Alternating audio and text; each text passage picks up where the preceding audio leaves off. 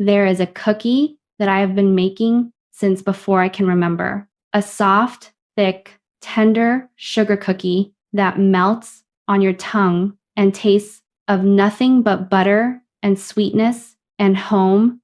And once you have made these, once your children have grown up on them the way mine did, I promise you will never buy another cookie from a store as long as you live. These are Amish sugar cookies, the old kind, the real kind, and they are nothing at all like those hard, flat, crackly things that come in a plastic sleeve. These are soft, soft as a pillow, thick and cakey and pale, with just a whisper of crisp at the very edge. My grandmother made them. My mother made them. I have made them for 50 years. And every single time I make them, the smell brings my whole childhood flooding back. Today, I am going to give you the recipe, the true one, and I am going to tell you the little secrets that make the difference between an ordinary sugar cookie and one that people will beg you for the recipe of and never quite get right, because I am going to give you the parts that never make it onto the recipe card. Let me tell you first why these are different, because there is a real reason an Amish sugar cookie is so soft and tender when the ones you buy are hard and snappy. It comes down to a few things, and the biggest one is a thing that surprises people. It is sour cream or buttermilk in some families, but in ours it was sour cream worked right into the dough, and that is the secret that makes these cookies so impossibly soft and tender and moist. The acid in the sour cream does something wonderful to the flour, tenderizes it, keeps the cookie from ever going hard, and gives it that melting, cakey, almost pillowy softness that a plain sugar cookie could never have. When people taste my cookies and ask what makes them so soft, and I tell them sour cream, they always look surprised, because who would think to put sour cream in a sugar cookie? But that is the old way, and it is the secret, and now it is yours. So here is what you gather. Butter, good and soft at room temperature, because cold butter will not cream, right? And the creaming is important. Sugar, plain white sugar, eggs, your sour cream, and this is the heart of it, a good scoop of sour cream, flour, of course, a little baking soda and baking powder, both to give these cookies their soft, cakey rise. A pinch of salt, always, even in sweet things, because salt is what makes sweet taste like something instead of just sugar. And vanilla, a good bit of vanilla, because vanilla is the soul of a sugar cookie, and I always use more than a recipe says. Some old families used a little nutmeg too, just a whisper, grated fresh, and it gives the cookie an old-fashioned warmth that I love. And I will tell you to add it just a little, because it is the taste of my grandmother's kitchen. And I think once you try it, you will never leave it out. Fresh grated nutmeg is a different thing entirely from the tired old powder in a tin, brighter and warmer and more alive. And if you can grate your own from a whole nutmeg, you will taste the difference in these cookies plain as day. Now, the making. You start by creaming your butter and sugar together. And I want to talk about this because people rush it, and they should not. You take your soft butter and your sugar in a bowl and you beat them together, and you keep beating longer than you think until the whole thing turns pale and light and fluffy, until it looks almost like whipped cream, pale yellow and soft and airy. This creaming is where the lightness of your cookie is born. All that beating works tiny bubbles of air into the butter, and those bubbles are what make the cookie tender and give it lift. My grandmother creamed her butter and sugar by hand with a wooden spoon against the side of a crockery bowl, and her arm was strong from a lifetime of it, and she would beat it until it was pale and fluffy, and only then was she satisfied. You have it easier if you have a mixer, but do it well, do it fully until it is truly light and pale. Do not rush this part. It matters more than any other single step. Then you beat in your eggs one at a time, and then your sour cream and your vanilla, and you mix it all until it is smooth and creamy and lovely. And in a separate bowl, you have stirred together your dry things, your flour and your baking soda and baking powder and salt and that whisper of nutmeg. And now you add the dry to the wet. And here is another place people go wrong. So listen, you mix it in gently and only just until it comes together. The moment there is no more dry flour showing, you stop. You do not keep beating and beating once the flour is in. Overmixing the flour makes a tough cookie, works up the gluten, and takes away all that tenderness you are trying so hard to build. So mix it gentle, mix it just until combined, and then set your spoon down. A soft hand with the flour makes a soft cookie. That is a rule for near about everything you bake. Now, this dough is a soft dough, softer than you might expect because of all that sour cream, and it is best if you chill it. This is important, so do not skip it.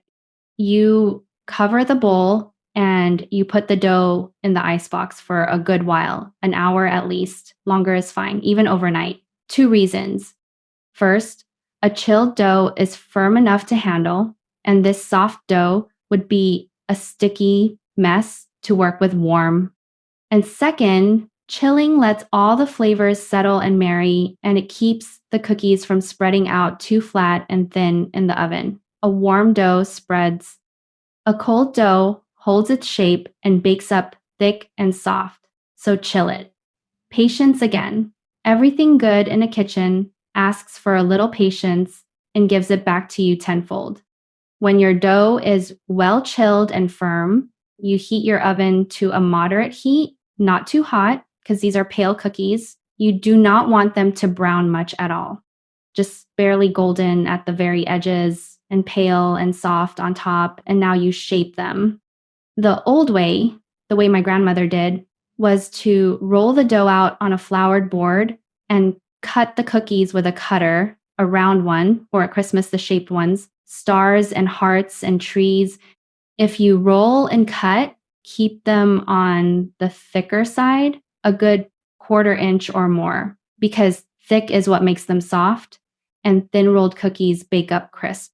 But there is an easier way that I use most days, and that is simply to roll the chilled dough into balls with your hands, balls about the size of a walnut, and set them on the baking sheet, and then flatten each one gently, just a little, with the bottom of a glass dipped in sugar. The sugar on the glass keeps it from sticking and gives the top of the cookie a lovely sparkle of sugar crystals.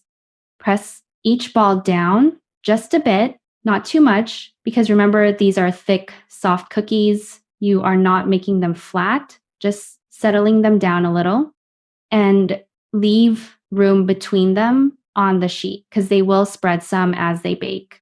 Into the oven they go. And here is the most important thing I can tell you about baking these cookies. And it is a thing that separates a soft Amish sugar cookie from a hard, dry one. You must not overbake them. This is where everyone fails. These cookies do not look done when they are done. You take them out when they look almost underdone, when they are set but still pale, when the edges are just barely turning the faintest gold, and the tops are still soft and look not quite finished. They will still look a little wet and soft in the very center. That is exactly right. Take them out then. Because they keep cooking on the hot pan for a few minutes after they come out of the oven, And if you wait until they look fully baked and golden, they will be overdone and hard by the time they cool. Pull them pale. Pull them soft, trust me on this, and let them finish on the pan. My grandmother used to say, you take a sugar cookie out of the oven when your heart tells you it needs one more minute, and you give it that minute out on the counter instead of in the oven. Underbake just slightly, and you will have soft cookies. Overbake even a little, and you will have hard ones. It is the whole difference right there in the last 2 minutes. You let them sit on the hot pan for a few minutes to finish setting, and then you move them to a rack or a clean cloth to cool the rest of the way. And then, then a soft Amish sugar cookie, cooled, tender, melting with a glass of cold milk. There is nothing finer for a child, and there is nothing finer for a grown person who wants to be a child again for a few minutes. Some families frost them, a simple powdered sugar icing spread on top, sometimes tinted a soft color for a holiday, and a frosted sugar cookie is a beautiful thing for Christmas or a birthday or a wedding. Let me tell you how to make that icing, because it is as simple as the cookie and it opens up a whole world of them. You take powdered sugar and you add just a little milk or cream, a spoonful at a time, and a drop of vanilla, and you stir it until it is smooth and just thick enough to spread but thin enough to settle flat. If you want it colored, a tiny bit of coloring stirred in, and plain families do use a soft touch of color for the holidays. Pale pink at a wedding, soft green and red at Christmas. You spread a little on each cooled cookie with the back of a spoon, and if you like, before it sets, a sprinkle of colored sugar on top. At Christmas, my grandmother and all of us grandchildren would sit at the long table and frost dozens of these cut into stars and bells and trees. And it was one of the great joys of the whole year. The frosting and the sprinkling and the licking of spoons, the whole kitchen bright with color and laughter and the smell of vanilla. A frosted sugar cookie is how our people make a plain day into a celebration. But plain, unfrosted, still just barely warm, with that sparkle of sugar on top and that pillowy soft crumb, that is how I love them best. And that is how my grandmother served them. In a big tin that was never empty on the counter, ready for any child or any visitor who came through the door. Let me tell you what these cookies were in our home. That tin of sugar cookies was always full, always. It was the first thing offered to anyone who came to visit, set out with coffee for the grown-ups and milk for the children. It was in the lunch pails we carried to school. It was the treat after chores, the reward for a job well done, the comfort after a scraped knee or a hard day. When my mother was teaching me to make them standing on my little stool, I was more interested in eating the dough than in learning the recipe. And she would let me have a little and swat my hand away from the rest, laughing. When my own children were small, they would gather in the kitchen the moment they smelled these baking and stand there waiting. And I always made a double batch because I knew half of it would vanish before it ever reached the tin. And now my grandchildren do the same, crowding into my kitchen, waiting for the first warm cookie off the pan. And I am my mother now, letting them have a taste of dough and swatting their hands away from the rest, laughing the same laugh. That is how a recipe lives. That is how it goes on. The same cookies, the same warm kitchen, the same children's faces lit up with the same simple joy, generation after generation, world without end. And these cookies went out into the wider life of the community too, far beyond our own kitchen. At an Amish wedding, there are cookies by the hundreds, baked by the women in the weeks before, and the soft sugar cookie is always among them, sometimes frosted in the palest colors for the occasion. At a funeral, when the community gathers to feed a grieving family, there are trays of these set out with the coffee, because a soft, sweet cookie is a small comfort in a hard hour, and comfort is what we bring to one another in our sorrows. At the school, at Christmas, the children would bring them by the tinful at every gathering, every frolic, every quilting bee, and every barn raising. Somewhere on the long tables, there would be a plate of soft sugar cookies made by somebody's grandmother from a recipe just like this one. They are woven right through the whole life of our people, the sweet plain thread running through our celebrations and our sorrows alike. When you make these, you are making something that has been present at every important moment in the life of a plain community for 200 years. There is more in a sugar cookie than sugar. There always was. Let me give you the little secrets one more time. Gathered together so you have them clear sour cream in the dough for that tender, melting softness. Cream your butter and sugar long and well until pale and fluffy for lightness. Mix the flour in gently and only just until combined for a soft crumb. Chill the dough well before baking so the cookies stay thick and do not spread flat. Keep them thick when you shape them. And above all, above everything, do not overbake. Pull them pale and soft and let them finish on the pan. Get those few things right and you will make a sugar cookie soft enough and good enough to make a grown man close his eyes. A cookie your family will remember all their lives and beg you to make again and again. It is a humble thing, a sugar cookie, but there is nothing humble about the love in it or the memories it makes. So this week, make a batch. Make a double batch because they will go fast. They always do. Cream your butter well. Work in that secret spoonful of sour cream.